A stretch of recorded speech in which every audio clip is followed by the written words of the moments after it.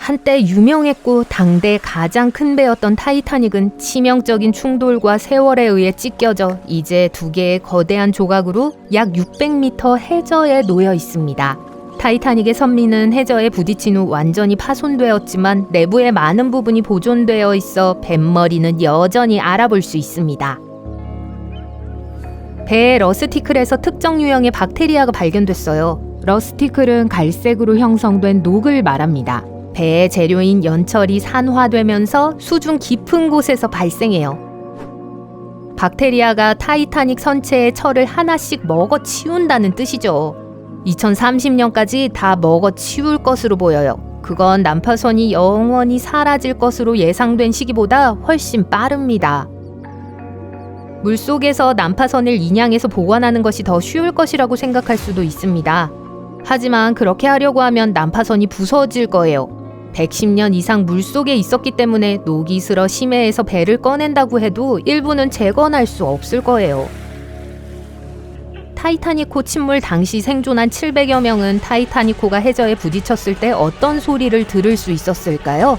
그때까지 만들어진 배 중 가장 큰 배가 말 그대로 눈앞에서 사라졌어요.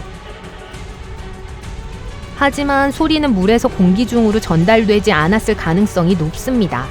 우리 몸은 그런 환경에서 듣도록 설계되지 않았기 때문에 물속에서는 잘 들을 수 없어요. 승객들이 침몰 지점에 가까이 있었음에도 타이타닉은 3,800m나 되는 먼 곳에서 해저에 부딪혔습니다. 수중에서는 우리가 들을 수 없는 산사태와 지진이 수없이 많이 발생하며 이는 한 척의 배가 해저에 부딪히는 것보다 훨씬 더 큰 소음을 발생시킵니다. 대부분의 진동과 소리는 넓은 지역에 분산되었을 겁니다. 또한 해저에 닿은 후 타이타닉을 강타한 것으로 추정되는 물의 하강 폭발로 인해 잠재적인 음향 진동이 대부분 밀려났을 거예요.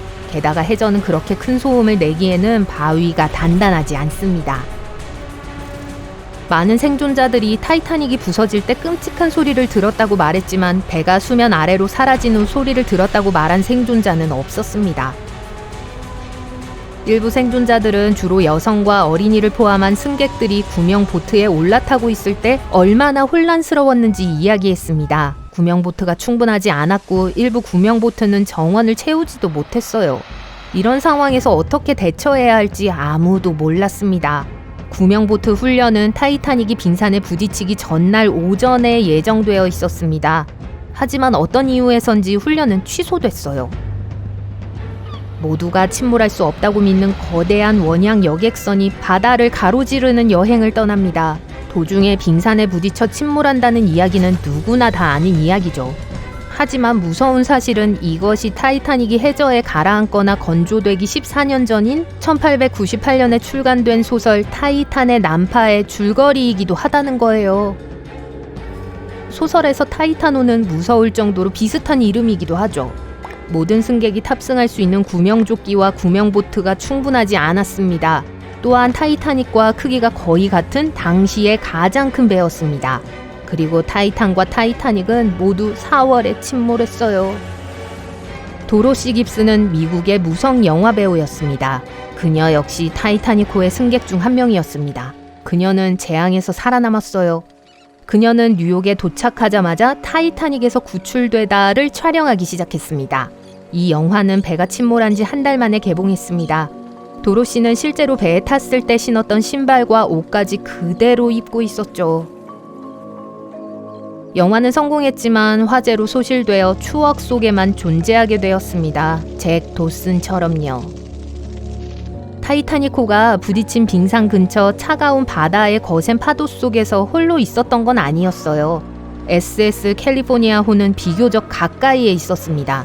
하지만 그날 밤 무전기는 꺼져 있었어요. 어느 순간 승무원들은 하늘에서 신비한 불빛을 발견했습니다. 선원들은 즉시 선장을 깨워 알렸어요. 하지만 선장은 아무런 명령도 내리지 않았어요. 몇몇은 그냥 불꽃놀이라고 생각했습니다. 타이타닉호의 승무원들은 누군가 알아차리기를 바라며 하늘로 보낸 신호탄이 실제로 도움을 요청하는 신호였다는 사실을 깨닫지 못했습니다. SS 캘리포니아호가 SOS 메시지를 받았을 때는 이미 너무 늦은 후였어요. 일부에서는 빙산이 거대한 배와 충돌한 이유가 보름달 때문일 수 있다고 주장합니다.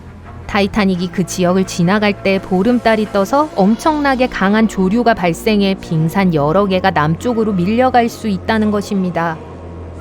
타이타닉에 타고 있던 치즈를 맛보시겠어요? 이 난파선은 100년 넘게 바다 밑에 잠겨 있었어요. 그것을 찾는데 70년이 넘게 걸렸죠.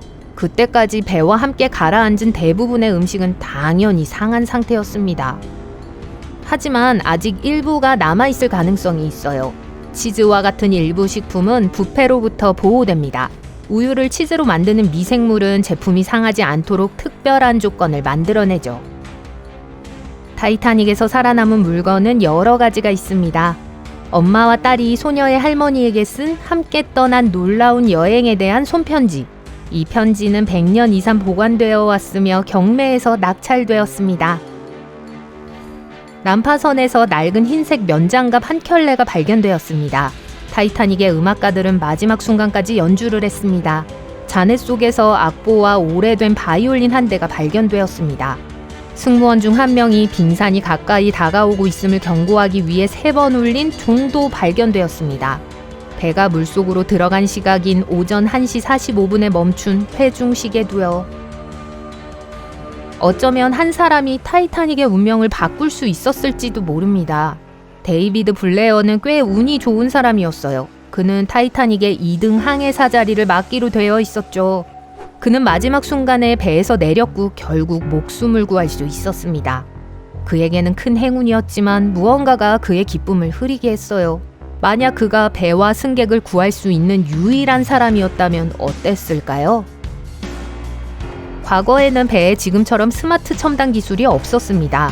선원들은 수평선 너머의 위협을 볼 수 없었죠. 쌍안경이 큰 도움이 되었지만 타이타닉호의 승무원들은 쌍안경이 보관된 방에 접근할 수 없었어요. 열쇠를 가지고 있던 사람은 데이비드 블레어였습니다. 그는 서둘러 배를 떠났고 주머니에 있던 열쇠를 건네주는 걸 잊었어요.